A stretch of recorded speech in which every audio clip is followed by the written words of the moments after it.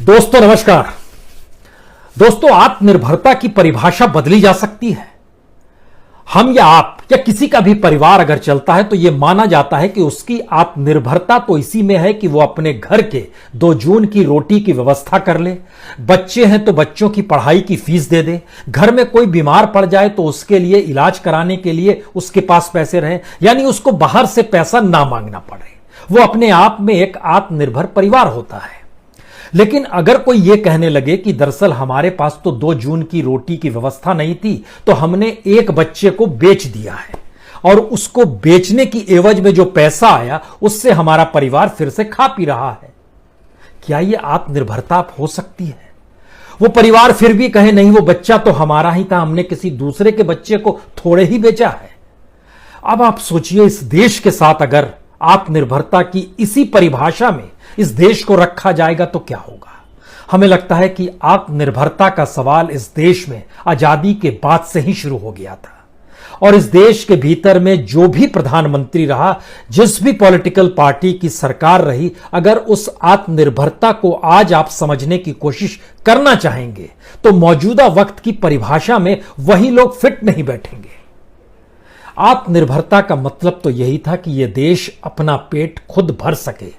इस देश के भीतर में हर प्रोडक्ट का उत्पादन इतना ज्यादा हो कि वह न सिर्फ अपने नागरिकों का पेट भर सके बल्कि दुनिया के बाजार में अपने प्रोडक्ट को भेज सके और वहां से भी वो कमाई कर सके। इतना ही नहीं, इस देश के भीतर में इतनी बड़ी तादाद में रोजगार पैदा हो जाए जिससे ये देश को बाहर टकटकी लगाने की जरूरत ना पड़े। लेकिन मौजूदा सच क्या है? और ऐसे वक्त में जब इस देश के भीतर में संकट है, उस दौर में आत्मनिर्भरता का शब्द वाकई बहुत अच्छा लगता है, लेकिन उस आत्मनिर्भरता की परिभाषा कितनी त्रासदीदायक है, हमें लगता है कि आज पहले आप इसे समझ लीजिए।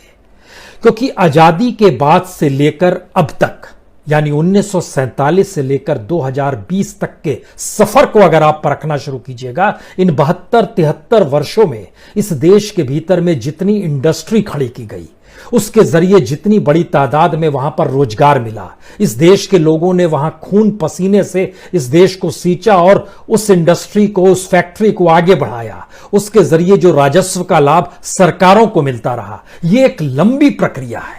लेकिन आज इसको बहुत सरल और सामान्य तरीके से पहले समझ लीजिए, फिर आप समझ पाएंगे कि मौजूदा वक्त में कहीं आत्मनिर्भरता के नाम पर आत्मनिर्भर देश को ही बेचा तो नहीं जा रहा है, या फिर आत्मनिर्भरता ही बेचने का दूसरा शब्द तो नहीं गढ़ लिया गया है। हम आपको जिस सफर पे लिए चल रहे हैं उस सफर की बुनियाद आजादी से ही शुरू होती है। भारत को आजादी मिली, पहले प्रधानमंत्री, पहली सरकार तो नेशनल गवर्नमेंट थी और नेशनल गवर्नमेंट के सामने एक चुनौती थी कि दरअसल इस देश को आत्मनिर्भर किन किन क्षेत्रों में कैसे कैसे बनाना है। और शुरुआत में 1947 से लेकर 1952 तक, यानी जो पहली नेशनल गवर्नमेंट थी, जब तक किसी एक पॉलिटिकल पार्टी की सरकार इस देश में नहीं बनी थी, इस देश में पहली बार 5 PSU लगे। पब्लिक सेक्टर इंटरप्राइजेस कहिए या पब्लिक सेक्टर यूनिट कहिए, इंडस्ट्री कहिए, फैक्ट्री कहिए, जो कहिए, पब्लिक सेक्टर का मतलब था कि सरकार ने उसे लगाया, अपनी पूंजी से लगाया, उसमें नौकरी दी, उसमें देश के खनिज संसाधनों का उपयोग किया और उससे होने वाले प्रोडक्ट को देश भर में लाभ मिल सके, इस दृष्टि से अलग अलग क्षेत्रों में उसने विकसित करना शुरू किया। नेशनल गवर्नमेंट 5 PSU इस देश में लगाती है, पब्लिक सेक्टर यूनिट्स लगती है। उसके बाद नेहरू की सरकार आती है। नेहरू अपने पहले टर्म में 1952 से 1957 तक 15 PSU लगाते हैं, पब्लिक सेक्टर यूनिट्स लगाते हैं। उसके बाद जब उनका दूसरा सत्र शुरू होता है 1958 से, उसके बाद 64 तक चले जाइए, उस दौर में वह 18 PSU और लगाते हैं। यानी तकरीबन नेहरू काल में ही 1952 से लेकर 1964 तक लगभग 33 PSU बने। इस PSU को लेके किसी आप अलग स्थिति में ना आइएगा। PSU का मतलब मौजूदा वक्त में जो डिसइन्वेस्टमेंट के नाम पर PSU को बेचने की प्रक्रिया शुरू हुई है, भारत पेट्रोलियम को बेचना है, कॉन्कर को बेचना है, एयर इंडिया को बेचना है, शिपिंग यार्ड को बेचना है, ये सब PSU में ही आते हैं, इसको जहन में रखिएगा। और इनको एक वक्त कैसे बनाया गया और मौजूदा वक्त में जो बेचने की प्रक्रिया है, इसके मतलब क्या है यह भी समझिएगा। नेहरू काल में लगभग 33 PSU इस देश के भीतर बने, जो अलग अलग क्षेत्रों से जुड़े। लाल बहादुर शास्त्री बहुत कम वक्त के लिए रहे, सिर्फ 2 साल के लिए रहे, लेकिन इस 65-66 के बीच में भी 8 पीएसयू लाल बहादुर शास्त्री ने भी अपने तौर पर इस देश के निर्माण में लगाया। उसके बाद इंदिरा गांधी का काल शुरू हुआ। 1967 से अगर आप लेते हैं तो 1967 से 1977 तक, इमरजेंसी खत्म होने तक की स्थिति में, इस 10 बरस के भीतर में लगभग 47 पीएसयू लगे। इतना ही नहीं, सिर्फ इमरजेंसी पीरियड में 1975 से लेकर 77 के बीच में भी इस देश में पीएसयू 14 लगे थे। आपके जहन में आना चाहिए इंदिरा गांधी ने उस पीरियड में कौन से 3-4 महत्वपूर्ण पीएसयू लगाए थे। कोल इंडिया उसी पीरियड में, एनटीपीसी उसी पीरियड में, एनएचपीसी उसी पीरियड में, सेल उसी पीरियड में, ये सब उसी पीरियड का हिस्सा है। उसके बाद 1977 से 79 में जब मोरारजी देसाई की सरकार थी, जनता पार्टी थी, उन्होंने भी 9 पीएसयू लगाए। उन्होंने ऑयल इंडिया और गेल को लगाया अपने वक्त में। इंदिरा गांधी दोबारा लौटी तो 80 से 84, इन 4 बरस में उन्होंने 18 पीएसयू लगाए। इस 18 पीएसयू में अपने अपने तरीके से जो भी काम हो रहे थे, इन सारी परिस्थितियों को रोका नहीं गया। और 84 के बाद जब राजीव गांधी आए, राजीव गांधी के पीरियड में 16 पीएसयू लगे, 1984 से लेकर 89 तक के बीच में अगर आइएगा। उसके बाद वीपी सिंह ने भी 2 पीएसयू लगाए। उसके बाद पीवी नरसिम्हा राव का दौर इसलिए महत्वपूर्ण है क्योंकि इसी दौर में पहली बार इकोनॉमिक क्राइसिस इस देश में ऐसे भयावह तरीके से आया कि पहली बार डिसइन्वेस्टमेंट शब्द इजाफा हुआ। डिसइन्वेस्टमेंट के जरिए पीएसयू को बेचा जाए, उनकी शेयर्स को बेचा जाए, उनको मर्ज किया जाए, ये सारी स्थिति, सारी फिलॉसफी 91 में निकल कर आई जब भारत में इकोनॉमिक रिफॉर्म हुआ। एक तरफ पीवी नरसिम्हा राव डिसइन्वेस्टमेंट भी कर रहे थे, मनमोहन सिंह उस समय उनके फाइनेंस मिनिस्टर हुआ करते थे, लेकिन उसके बावजूद भी पीवी नरसिम्हा राव के काल में 14 पीएसयू लगे। हम आपको बताएंगे उस पीरियड में डिसइन्वेस्टमेंट भी किस रूप में कैसे हुआ था।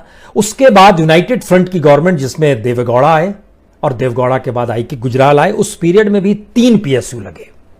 उसके बाद अटल बिहारी वाजपेयी की सरकार आई। अटल बिहारी वाजपेयी के सरकार में भी 17 पीएसयू लगे। उनके दौर के 1-2 पीएसयू अगर आप याद करना चाहेंगे, उसमें एक बीएसएनएल भी है जो मौजूदा मोदी सरकार खत्म कर चुकी है, बेचने पर उतार हुआ है। आईआरसीटीसी भी जो कैटरिंग का है, रेलवे से जुड़ा हुआ, वह भी उसी पीरियड में बना था। यह सारी परिस्थिति बतलाती है कि उसके बाद जब फिर दोबारा मनमोहन सिंह फाइनेंस मिनिस्टर के बाद अब प्राइम मिनिस्टर होकर लौटते हैं तो अपने 2005 से 2009 पहले यानी 2004 से 2009 तक के बीच में 23 पीएसयू लगाते हैं।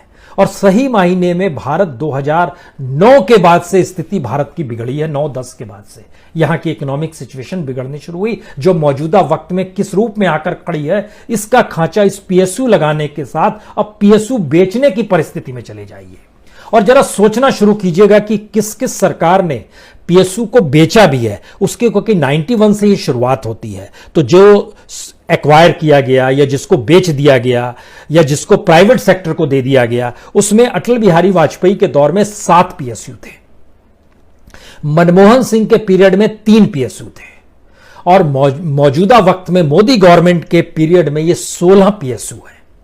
इन 16 पीएसयू में 2017 में 6 पीएसयू बेचे गए, 2018 में फिर 6 बेचे गए, 2019 में 1 बिका, 2020 में स्थिति नाजुक है, कुछ नाम है जिसको मर्ज किया जा रहा है, जैसे निप्को है, टेहरी है, एमटीएनएल है, बीएसएनएल है, और एक लंबी फहरिस्त है 2020 की जिसमें एयर इंडिया है, बीएसएनएल है, कॉन्कर है, शिपिंग यार्ड है। ये सारे एक और सारी चीजें बताती है कि बीएसएनएल भी उसमें आएगा, जो भारत पेट्रोलियम है वह भी उसी में आएगा। लेकिन इसके ठीक पैरेलल में जो बेच दिया गया पूरे तरीके से, वो मौजूदा वक्त में मोदी सरकार में 23 ऐसे पीएसयूज हैं जिनको टोटली डिमोलिश कर दिया, बेच दिया गया। अगर इसमें पहले चले जाइएगा तो 2002 में पूरी तरीके से mining and allied machinery corporation limited Vajpayee सरकार ने बेचा था। मनमोहन सिंह सरकार ने एयर इंडिया से जुड़ी हुई 3 कंपनियों को मर्ज किया था अलग अलग तरीके से, कुछ को शेयर्स भी बेचे थे। इसमें आईएएल एयरपोर्ट सर्विस है 2010 में, इंडियन एयरलाइंस है जिसको मर्जर किया गया एयर इंडिया में 2011 में, उसके बाद 2012 में एयर इंडिया कार्गो को बेचा गया। ये मनमोहन सिंह के पीरियड में, लेकिन मोदी गवर्नमेंट में 23 ऐसे पीएसयू हैं।